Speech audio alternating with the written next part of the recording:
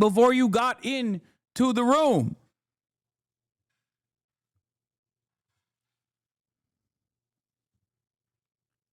It is so fucking annoying because it's not like she is a brilliant communicator and using like I don't know, using her extensive vocabulary to describe something so profound. She's just always filibustering the question. And the question could be something so simple, and she still literally will act as though this is a contentious interview. Yes, I accidentally burped. God damn it, dude. Shut up.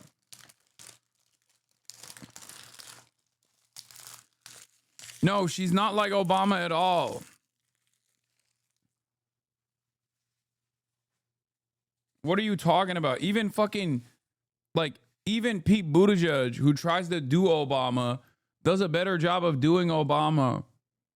Because, like, Pete Buttigieg has an idea behind what he wants to say. He knows what, like, policies he wants to either advocate against or be in favor of, and how hard he wants to be in favor of those policies. Like, he'll moderate his position.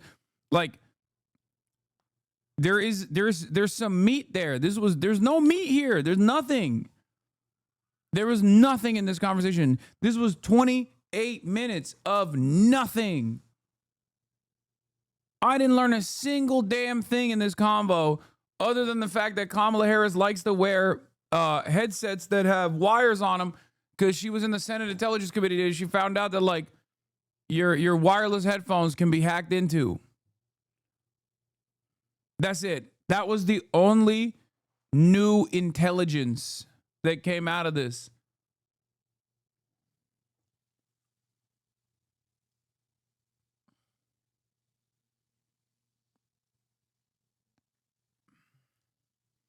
That, and also, you got to buy the book. You got to buy the book. You got to buy the book. Out how to get out and through this and get out of it, to put it on the shoulders of any one person. It's really on all of our shoulders. It really is. No, that's not new. She's talked about this before. Okay. Even that's not new. Great.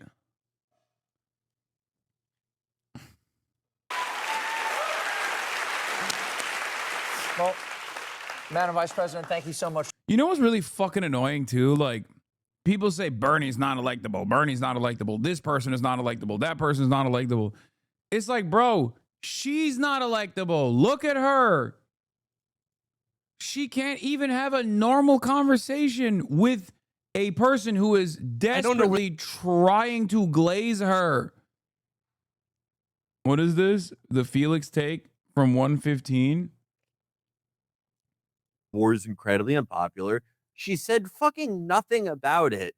And people posted the clip of her saying that Iran is our greatest threat, which is, she's not unique in Democrats in saying that. What is unique is the sheer terror in her eyes when she says our greatest threat. That's easy, because the thing with Kamala is not that I 100% believe she would strike Iran. Well, I don't know that for a fact. Sure. What Guess we'll never know, because she threw the election. She did everything possible to make sure she lost the election. Well, what I do know is that more than any other Democrat who has run for president in our lifetimes, more so than Bill Clinton, she has no beliefs. And I don't mean that in that like she's a genius, cynical operator. I mean, she just has never thought about that part. And she has not thought about it. So Channel Hasanabi Archive is taking all the views. It's a shame that it's thriving and it has more views than your main. I don't think you're right about that. We've been posting a lot more videos on the main channel, and the main YouTube channel has gotten more views, more monthly views overall than it ever has before. But you're right about the archive bot channels. They are a burden for sure.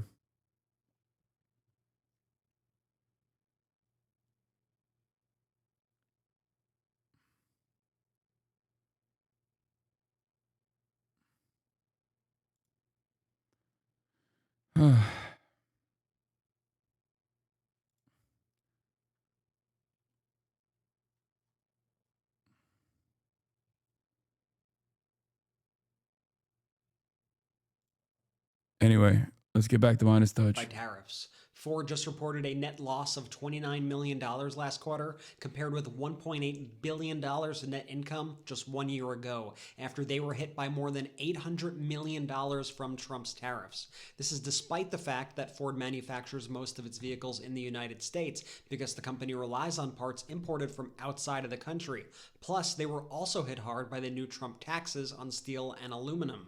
The company said that tariffs are expected to cut about $2 billion from its annual earnings. Executives say that they are pressing the Trump administration to lower taxes on parts and materials that they need to survive. We're going to keep on following all the news, so spread the word, follow along, and add the Midas Touch podcast for more.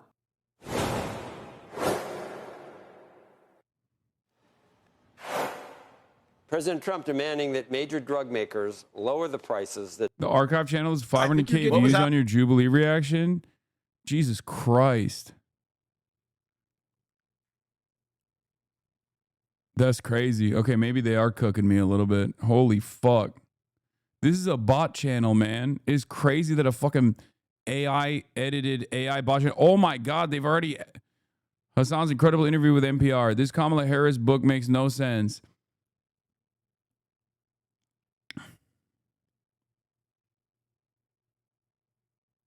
Check their lives.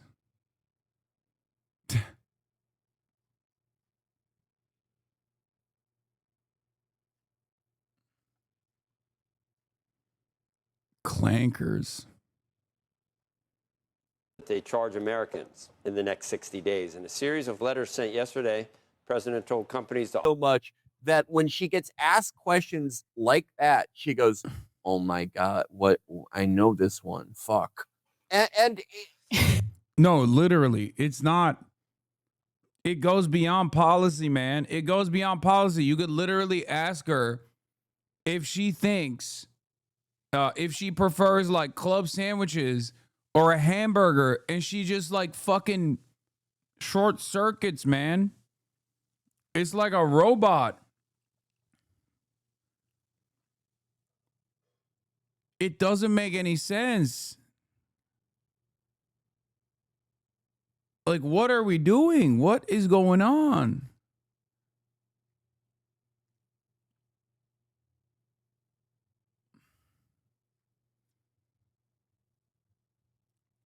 What would you ask her? What went wrong by your estimation?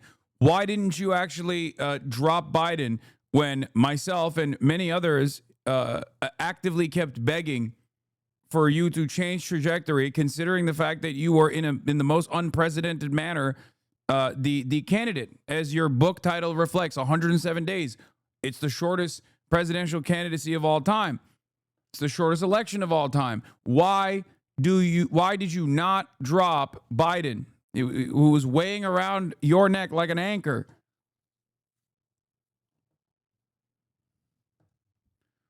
Why did you refuse the 37 different polls that came out throughout the election in the 107 days that said that you would perform better in key states if you actually took a position on Israel, Palestine that was different from the Biden administration?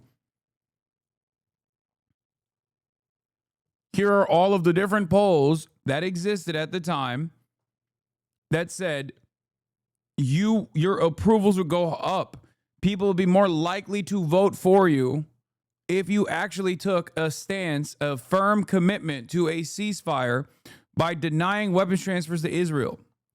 Why did you say there's no daylight between you and Biden when asked what are the differences between you and Biden, when you are the reason why you're running for president? The reason why they're asking you that question to begin with is because Biden was unelectable.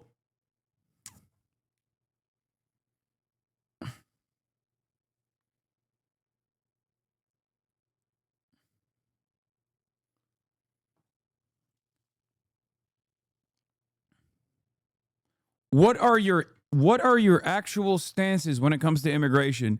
You've said that the border wall was a racist and stupid project for 8 years until the Biden administration changed trajectory, responding to the endless amount of messaging coming from the Republican side and a tremendous amount of hysteria, turning immigration into the singular most important issue in this election cycle.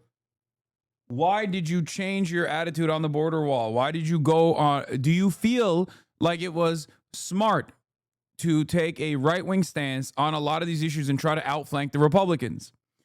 Do you feel like it was smart to run around with Liz Cheney? Do you think like it was a great idea? Who gave you the great idea to send Bill Clinton and Richie fucking Torres to Dearborn, Michigan?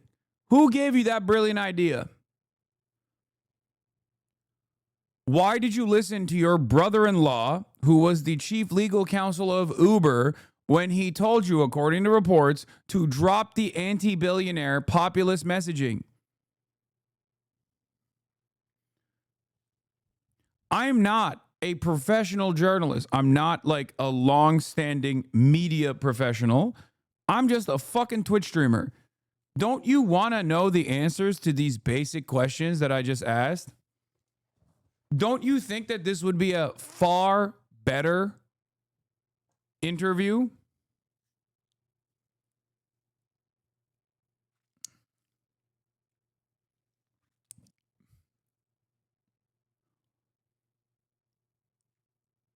Jon Stewart. Huge guest tonight. You excited?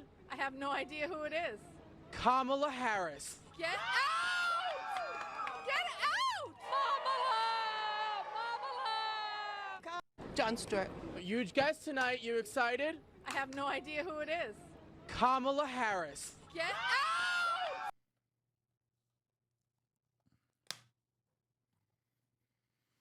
Oh.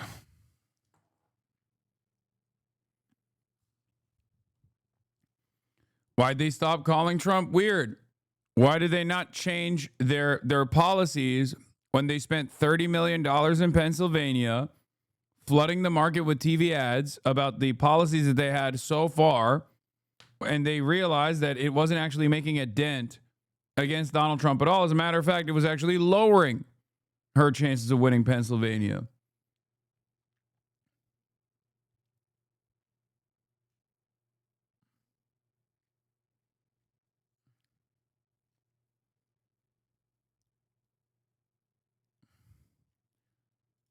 Why did you choose Tim Walz as your running mate if you were going to do this shitty fucking middle of the road neoliberal campaign? That's another question.